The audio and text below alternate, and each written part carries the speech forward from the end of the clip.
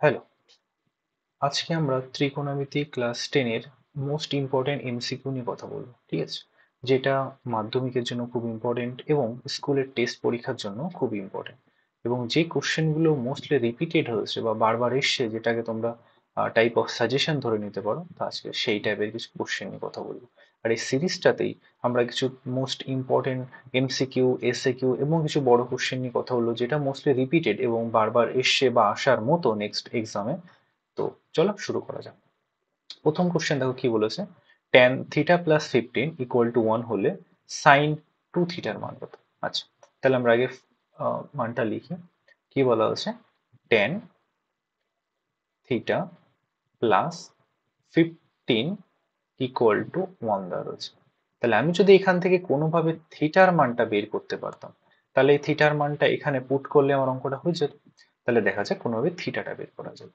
আচ্ছা, এই যে যে ওয়ানটা রয়েছে, tan এর কোন অ্যাঙ্গেলের মান 1 হয়? tan এর যে মানগুলো জানি তার মধ্যে যদি মানগুলো তোমাদের মনে থাকে, তাহলে দেখবে tan 45 ডিগ্রি যেটা, তার ভ্যালু ইকুয়াল টু 1।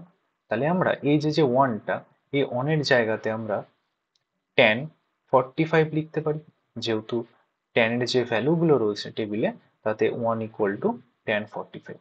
আচ্ছা দেখো, tan theta plus 15 equal to tan 45। তাহলে এখানে যদি আমরা মনে মনে ট্যানটাকে ক্যান্সেল আউট করে দিই, তাহলে কি এইটা ইকুয়াল টু 45 হচ্ছে কি? যদি আমি মনে মনে ক্যান্সেল আউট করি, ট্যান ধরো নেই এখানে, তাহলে কি লিখতে পারি? Theta plus 15 equal to 45। তাহলে আমার এখান থেকে ভ্যালু কি হলো? Theta plus 15 equal to 45। কেন এটা বলতে পারলাম? দুটো সাইডকে কম্পেয়ার করে, যে tan theta plus 15 equal to যদি ট্যান 45 হয়, তাহলে নিশ্চয়ই থিটা প্লাস 15 ইকুয়াল টু 45 হবে। এটাই হচ্ছে। তাহলে এখান থেকে দেখো, থিটা প্লাস 15 ইকুয়াল টু 45 পেয়েছি। তাহলে থিটা ইকুয়াল টু কত হয়?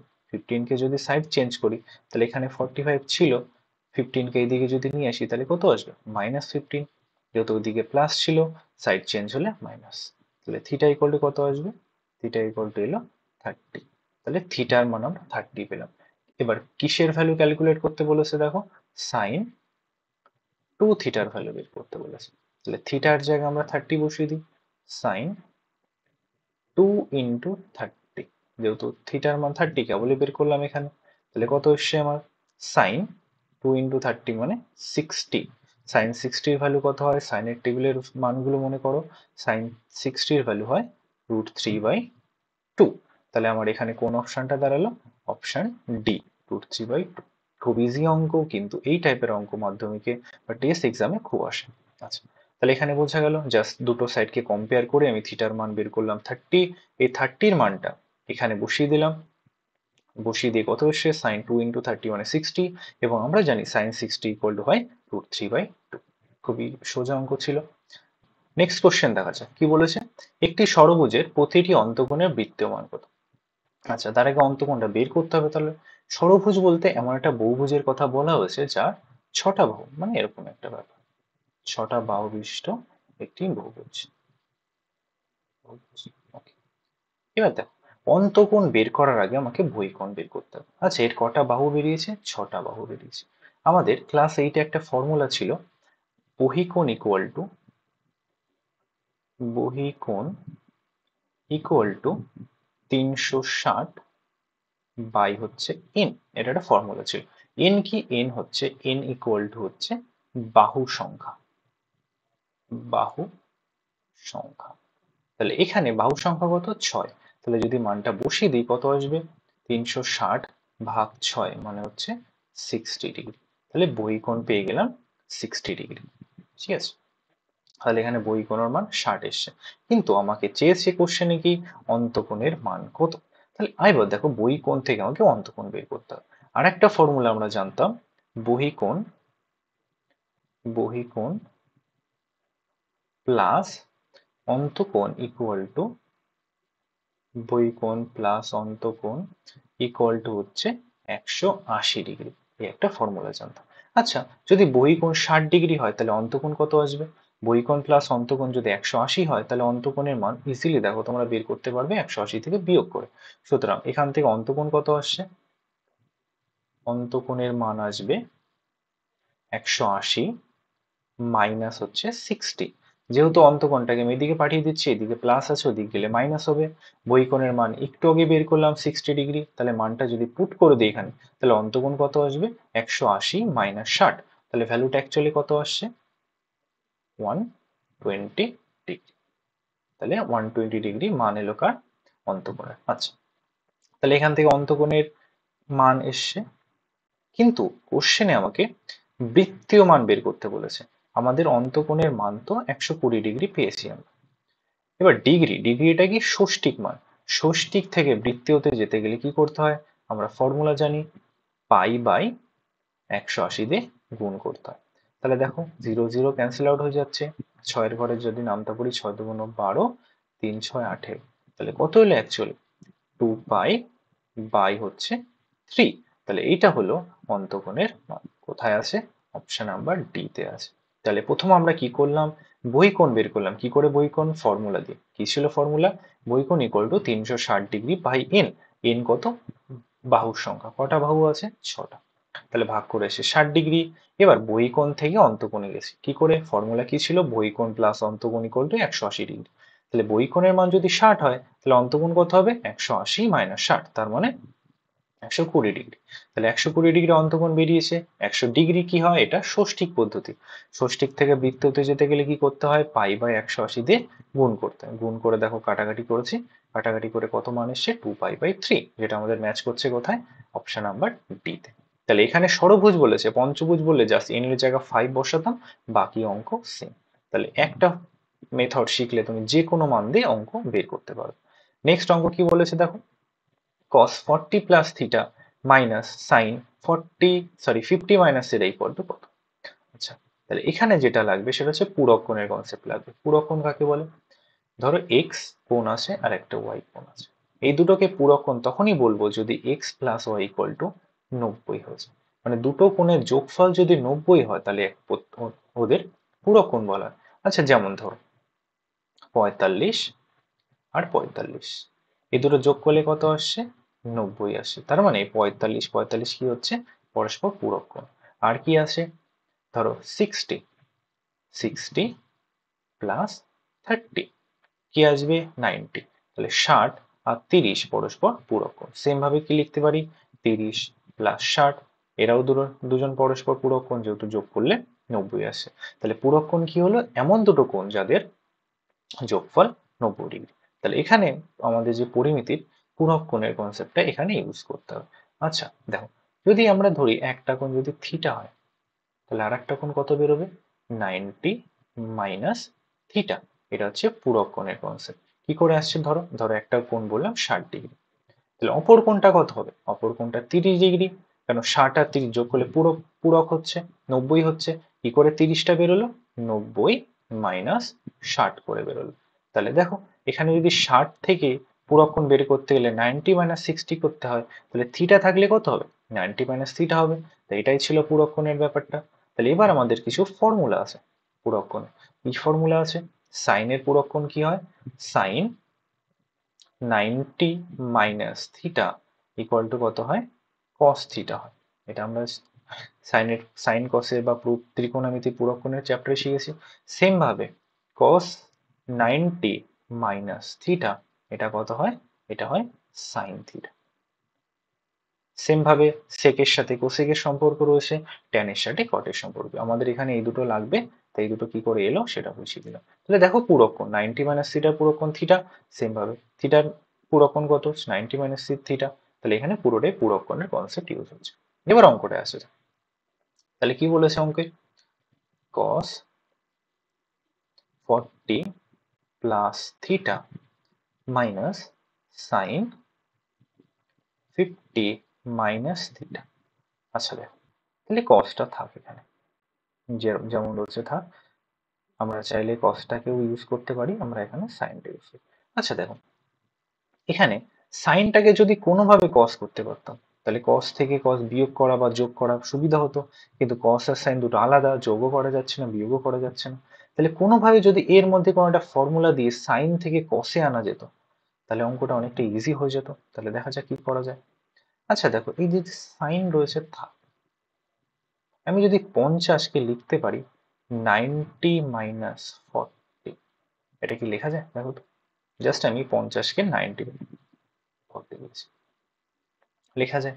ওকে, এবার দেখো এটা যে যা রয়েছে তা cos 40 প্লাস থিটা মাইনাস, এখানে যদি আমি 90টা রেখে বাকি এখানে যদি একটা মাইনাস কমন নিই, এখানে একটা সেকেন্ড ব্র্যাকেট ইউজ করছি, যদি এইখান থেকে একটা মাইনাস কমন নিই, কি আসবে? মাইনাস কমন নিলে 40 ভিতরে প্লাস থিটা, এরকম একটা ব্যাপার আসবে, কারণ মাইনাস কমন নিলে চিহ্নগুলো চেঞ্জ হয়ে যায়। তাহলে দেখো মাইনাস ছিল প্লাস হয়েছে, মাইনাস ছিল প্লাস হয়েছে। এবার দেখো এই যে ফর্মুলাটা আমরা লিখলাম, sine 90 minus theta equal to cos theta, তাহলে এখানে দেখো এইটাকে থিটা ভাবো, সাইন 90 মাইনাস থিটা, এটাকে থিটা কল্পনা করো, তাহলে সাইন 90 মাইনাস থিটা কি হয়? কস থিটা হয়। তাহলে আমি যদি এইটাকে চেঞ্জ করি তাহলে কি লিখতে পারি? কস যা আছে থাক, কস 40 প্লাস থিটা যা আছে থাক, তাহলে এইটাকে যদি পূরক কোণের কনসেপ্ট ভাবি তাহলে কি লিখতে পারি? সাইন 90 মাইনাস থিটার সাথে তুলনা করি, তাহলে একবারে লিখে দিচ্ছি, তাহলে এটাই কি লিখতে পারি? Cos theta. কস থিটা, থিটার জায়গা কত আছে? 40 প্লাস থিটা।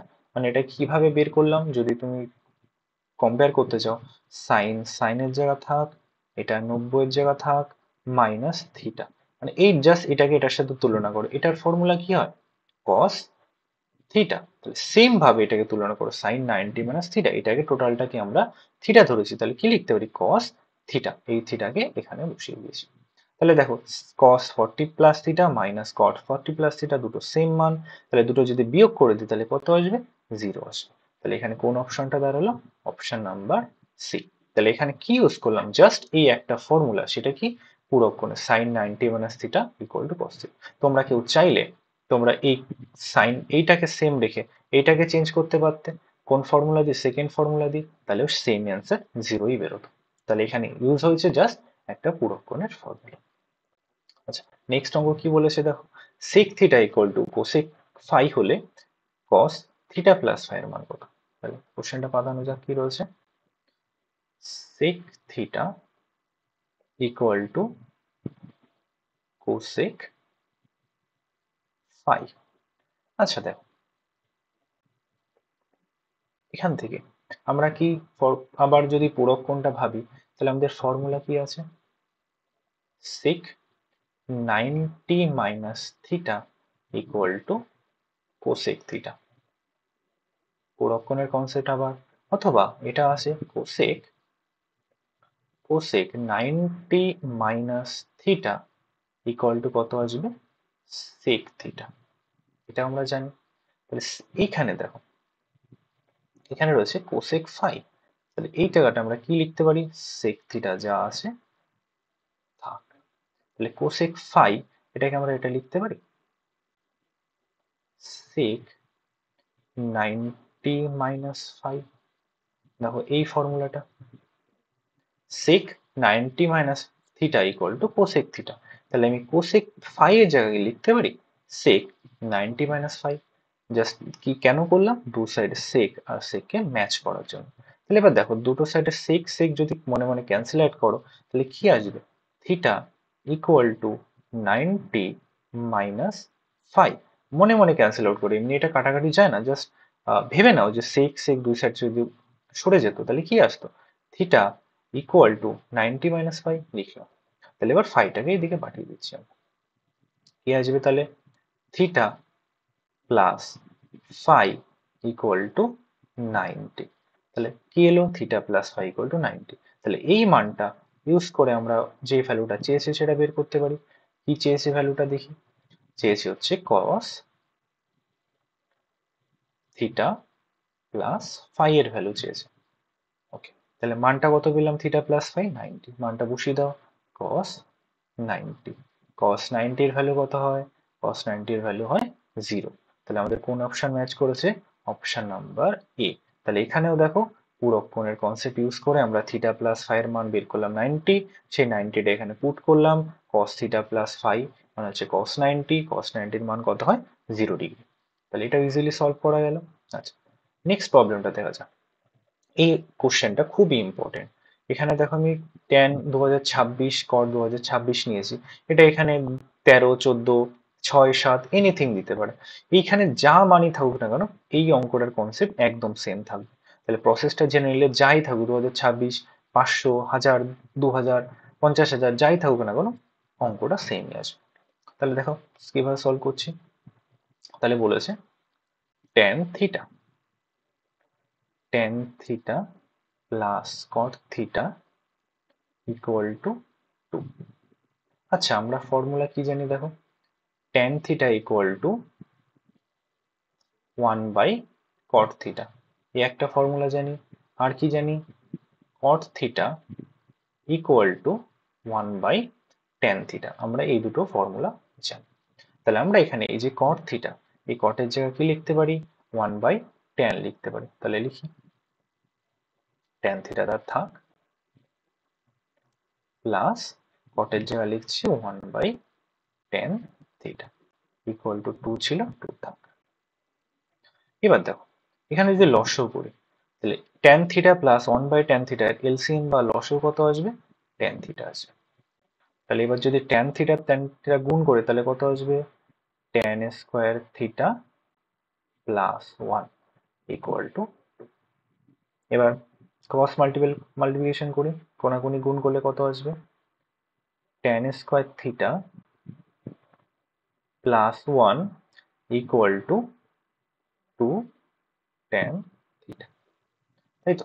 এবার এটাকে এদিকে নিয়ে আসছি, এদিকে প্লাস আছে ওদিক গেলে মাইনাস হবে, তাহলে কি আসবে, tan square theta minus 2 tan theta plus 1 equal to 0, এটা এলো। এবার দেখো এখানে কি কোনোভাবে কোনো ফর্মুলার আকারে পড়ছে, ছোটবেলার কোনো ফর্মুলা বীজগণিতের, যদি এটাকে আমরা এইভাবে লিখি, দেখো tan থিটা কে লেখা যায় tan থিটা তার স্কয়ার, মানে কি এই tan স্কয়ার যেটা থিটা ছিল এটাকে আমরা এভাবে লিখেছি tan থিটা তার স্কয়ার, দুটো একই জিনিস, minus 2 into tan theta into 1, কেন কিছুর সাথে কিছু গুণ নেই মানে এক গুণ আছে লিখতেই পারি আমরা, প্লাস 1 কে লিখছি 1 এর স্কয়ার। দেখো এই জিনিসটাকে এইভাবে ট্রান্সফার করে লিখলাম। এবার কি চেনা যাচ্ছে কোনো ফর্মুলার আকার, যা ছিল তাই লিখেছি কিন্তু একটা ফর্মুলার আকারে প্রকাশ করার চেষ্টা করেছি। তাহলে এইটা ইকুয়াল টু কি আসছে দেখো তো, এটাকে তোমরা মনে মনে এ ভাবো, এ square minus 2 A B plus B square, car formula পড়ছে এটা, এ মাইনাস বি তার হোল স্কয়ার ফর্মুলা পড়ছে। তাহলে এ মাইনাস বি মানে এ কত এখানে tan, এ মাইনাস বি কত 1 তার স্কয়ারের ফর্মুলা পড়ছে। তাহলে আশা করি বুঝতে পারছো কিভাবে লিখলাম এটা। তাহলে এইদিকে স্কয়ার আছে ওইদিকে পাঠিয়ে দিলে রুট হয়ে যায়, 0 রুট কত হয় 0, তাহলে কত পড়ে থাকলো tan theta minus 1 equal to 0। তাহলে এখান থেকে ভ্যালু কত আসছে, tan থিটা ইকুয়াল টু আসছে 1, তাহলে tan থিটার ভ্যালুটা 1 পেলাম। আচ্ছা tan থিটা 1 পেয়েছি, cot থিটা মানে কত 1 বাই tan থিটা, তাহলে 1 বাই tan থিটা মানে সুতরাং এখান থেকে লিখতে পারি cot theta equal to 1 by 10, formula জানি আমরা 1 বাই tan থিটা, tan থিটার মান কত, tan থিটার মান 1, তাহলে 1 বাই 1 কত এলো 1 এলো, তাহলে tan থিটার মান 1 পেলাম, cot থিটার মানও 1 পেলাম। এবার যেটা মান চেয়েছে আমাদের tan 2026 theta plus cot 2026 theta, এবার এটার মান বের করা যাক। আচ্ছা জাস্ট এবার মানটা ভ্যালুটা পুট করলে উত্তর হয়ে যাবে। তাহলে আমাকে বলেছে tan 2026 theta plus cot 2026 theta. তাহলে এই যে tan 2026 থিটা এটা কি লেখা যায়, tan theta two the power 2026 লেখা যায়, একই ভ্যালু, জাস্ট পাওয়ারটাকে ব্র্যাকেটের বাইরে লিখেছি একই ব্যাপার। তাহলে এটা কি cot theta whole to the power 2026। তাহলে tan থিটার মান আমরা কত পেলাম, tan থিটার মান পেয়েছি 1, তাহলে 1 two the power 2026 plus cot এর মান কত পেলাম 1, তাহলে 1^226। তাহলে এখান থেকে যদি ভ্যালুটা লিখি 1^, একের পাওয়ারে যাই থাকুক না কেন সেটা 1ই হয়ে যায়, তাহলে দুটোই 1 আসছে, তাহলে 1 + 1 2। তাহলে এই যে যেটা মান চেয়েছিল তার ভ্যালু কত এলো? 2 এলো। তাহলে অপশন নাম্বার সি। তাহলে এখানে এই যে প্রসেসটা তোমরা দেখলে এইখান থেকে এই অবধি এইটুকু প্রসেস প্রত্যেকটা অঙ্কের জন্য সেম, খালি এখানে ভ্যালুতে 2026-এর জায়গায় 2025, 24, 2000, 1500, 500, 7, 8, 9, 10 এনিথিং যাই দিক না কেন এখান থেকে মানটা বের করো, ট্যান এর মান, কটের মান, মানটা বসিয়ে দাও। আর এখানে একের পরে 2026 মানে কি 2026 1 ইন্টু 1 ইন্টু 1 এরকম করে করে 2026 বার গুণ করে দেখো একই আসবে, কারণ একের সাথে এক যতবারই গুণ করো না কেন একই আসবে। ওই জন্য এটার মানও 1 এসছে, এটার মানও 1 এসছে, তাহলে 1 + 1 কত হয়? 2। তাহলে এই মানটা, এই কোশ্চেনটা খুবই ইম্পর্টেন্ট মাধ্যমিকের জন্য বা টেস্ট পরীক্ষার জন্য। তো আজকে ভিডিওতে এই 5টাই হলো। নেক্সট পার্টে আবার 5টা এরকম ভাবে আমরা এই সিরিজটা কন্টিনিউ করব, যেখানে মোস্ট রিপিটেড কোশ্চেন নিয়ে ডিসকাস করা হবে।